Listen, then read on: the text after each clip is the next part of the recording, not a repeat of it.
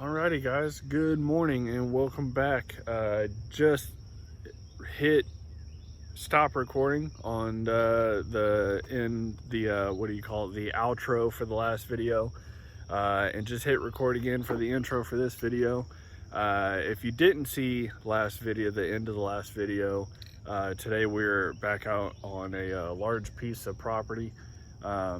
Out here to do some foliar sprays, spraying the canopies of the trees to treat some fall webworm. And we're going to be using this today instead of doing the trunk injections. I've got the GoPro mount on there, hoping to get some cool shots with the GoPro, but I need to get the tank mixed and everything set up, get a hose drug out, and we're going to get to spraying. So I hope y'all enjoyed today's video. Be sure to leave me some comments below, but we're gonna get these trees sprayed and get these webworms taken care of. So y'all stick around and hope y'all enjoy. Well, just opened the back of the truck and made the fun discovery that I left the lids off of the tanks while driving, so it's a little wet back here, but somehow forgot to stick the lids on there before hitting the road, which is always fun because now everything is soaked. But luckily that's all right. It won't really affect anything. It doesn't look like too much came out. It's all still pretty full. But today for the webworms, gonna be using some good old acephate, and this stuff is pretty stinky stuff. I could show y'all real quick what it looks like here. Try not to drop the phone into the tank here, but this stuff has pretty strong smell. If you've ever had the chance to smell it, it's very, very potent. But that's what it looks like down in there, just a white powder. So go ahead and stick that in there. I forgot to grab the surfactant. See, my shirt's a little wet. Yeah, that's the only downside to everything being wet in here, is I end up getting soaked leaning on the tank. Before I came back here, I forgot to grab the surfactant, so I'll have to go grab that and stick that in here after we're done putting this in. But I'll get all this stuff put together, and then we'll get to spraying. Alrighty guys, so before we get started on the whole thing, I wanted to give y'all a closer look at the spray gun. I forget the exact name of this deal, but if you look on the tag, it just says 3381-0011 spray gun. But we'll start. There's your handle, got a little quick connect there, trigger. It's pretty simple mechanism.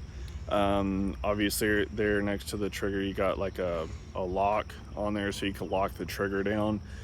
Personally, I never use that, or I try my best never to use that, but as you go down the barrel, your forward handle is actually your you could change it from a spray to a stream, or in between, whatever you need, if you need to get higher or if you need it to fan out. And then you got your nozzle at the start. I don't think you have to do any adjusting there. Pretty much all of your adjusting is done in that forward handle. You either push it forward or pull it back. But I just wanted to kind of give you all a closer look before we hook it all up. I already had it hooked up to the hose there. You could see I did some iron treatments the other day, and some of that's left over in the hose, so we'll be sure to clear that out before we get started. But I just want to give you all a closer look at that thing before we get hooked up and get the engine running and get to spraying. So alrighty guys, y'all can probably hear the motor back in the background, back up there, back up the hill. But I have it mixing and kind of getting everything stirred around. When you're out doing these foliar sprays, the main thing when you're getting started is before you start just spraying and praying and blasting the trees, You want to kind of spray low and be sure to clear your line. And once I get the GoPro rolling and start spraying, you'll be able to see. Like I said before, the other day I was using this tank to do iron chelate soil treatments. So obviously everything inside the hose is still going to be like real like dark red, and you don't want to, I don't think it'll really do anything to the trees if you get in on the foliage, but you don't want to risk it. No matter what you have in the tank, you always kind of want to let it flush out before you just start spraying up there. But one thing about doing these foliar applications rather than the trunk injections is on trees that have a DBH, which is diameter at breast height. If they're lower than 4, you're not really supposed to be doing injections on them, and you just can't like really do it correctly or give it the correct application. So doing these foliar sprays, I'm going to be able to come back into these trees rather than just, you know, treating the larger trees. I can actually come back here and find any smaller pecans. Like we've got this guy back here. This gentleman's actually got quite a few of these real small, I mean, they're like sticks back here, real small pecans, but he's got a couple of large ones that we need to get done. There's one over here, and I think one a little further up the hill. And they're, you know, they're scattered all throughout the back of his property back here. But doing the sprays, I'll be able to come back here and get some on these smaller trees, just so we're able to get a really good control on these webworms. Just so, because if you're injecting larger trees and you leave the smaller trees untreated, you know, they're able to hang around until next season and, you know, reproduce in the smaller trees. And then next year, if you don't keep up with the treatments or whatever, they'll just pop back up. So doing the sprays, I'll be able to get the rest of the large trees done, and also the smaller trees as well. So tank should be good and mixed up, and I'm gonna fire up the GoPro on this gun, and this is the first day of using the gun, so we'll see how it does, and we'll get to it. Alright, so we're gonna got y'all on the gun. That should be a pretty sweet shot, I think. You'll have a pretty good point of view there. But I'm gonna drag this hose as far down in here as we can get. A couple of pecans down in here. We'll get it as far back as possible. I think this hose should be about 400 feet, and that's the max right there. Alright. So that's a good space right here in front of us to just kind of clear out the hose. So pushing that forward handle forward is more of a spray. Missed. And then all the way back you got your stream, so you can see that's pretty red. We'll give it a minute and it'll clear up. But getting this iron in the soil, it's definitely not a bad thing. It'll have some benefit to the surrounding little trees.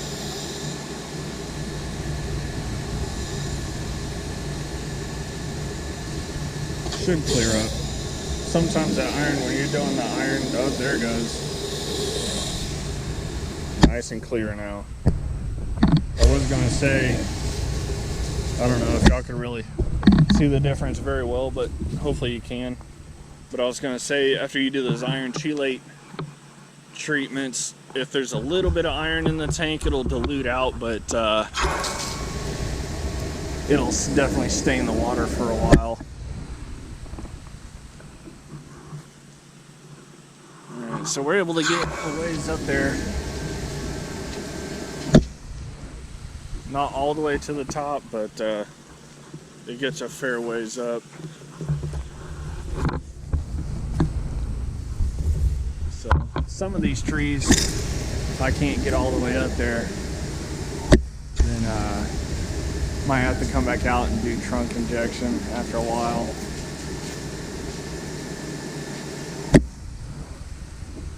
Yeah, it looks like it's just falling short of that one, so we'll have to see, or maybe go turn the pressure up on the pump.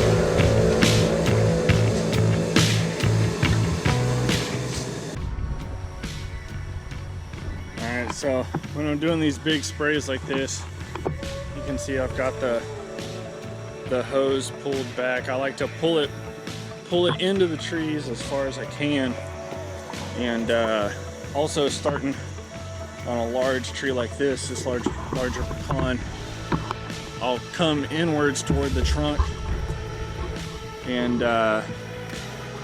we'll figure out where we're at. I want like complete stream. Find you a good point, but I always try and start in the center of the tree and then work my way out to the ends of the branches, just to kind of keep it from dripping back down on you. We'll be able to get pretty good coverage on this tree, but this is what also helps you get coverage on these trees.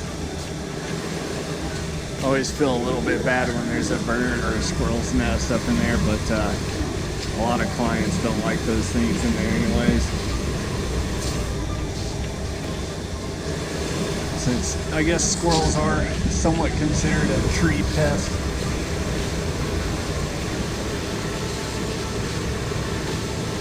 But you just want to make sure you get pretty good coverage on as much of the foliage as possible.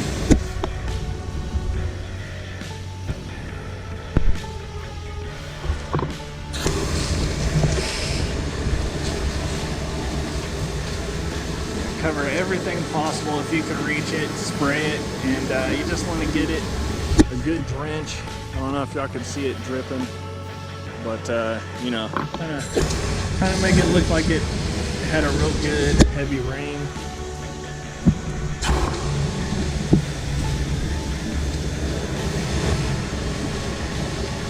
You want to do your best to work walking backwards so you're not walking under it like I just do there. I had to kind of go back.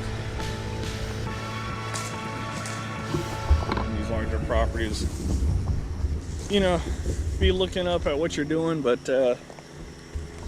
keep your eyes open for snakes on the ground. You know, it's overgrown, so they can definitely be there.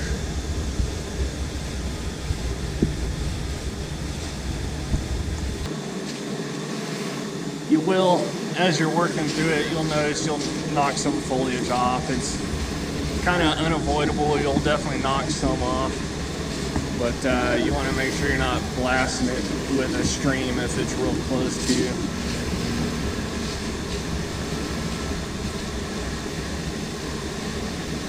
And see how many gallons we get through doing this job.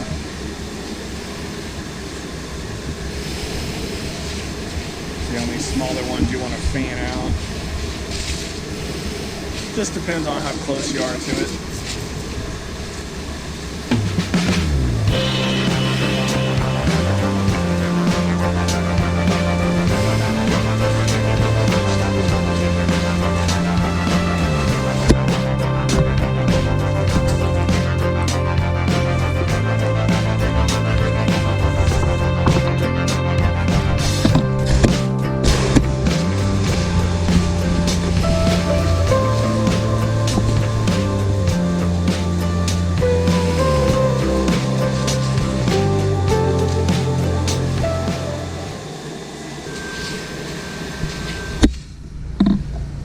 Got some spiders dropping down. That's another reason I like to work walking backwards, is you will, if there are spiders in there, they will drop on you. Sometimes they're not as bad, sometimes they're the non-friendly ones. And I don't care to have those guys on me.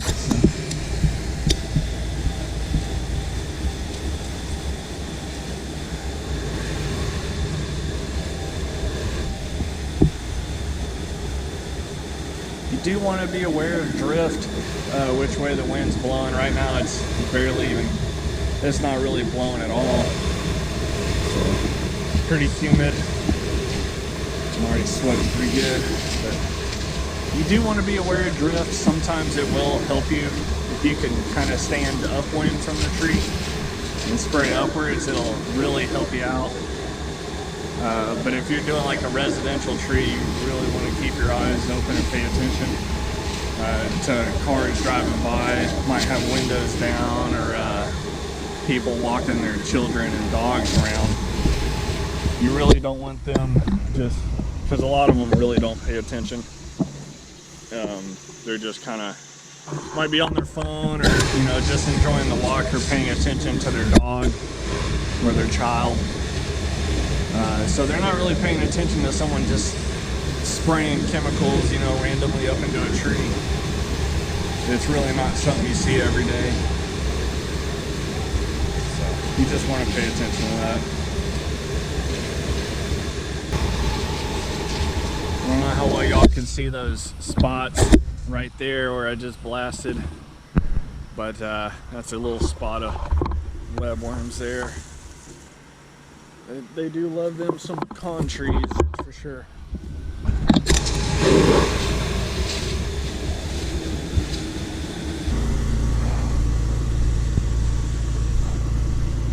Alrighty, stuck y'all up on the head mount. Hopefully the view is okay and you're able to kind of see what I'm doing, but just kind of want to get a different angle, just in case being on the barrel of the spray gun was a little too shaky. Didn't want to just have one angle for the whole video.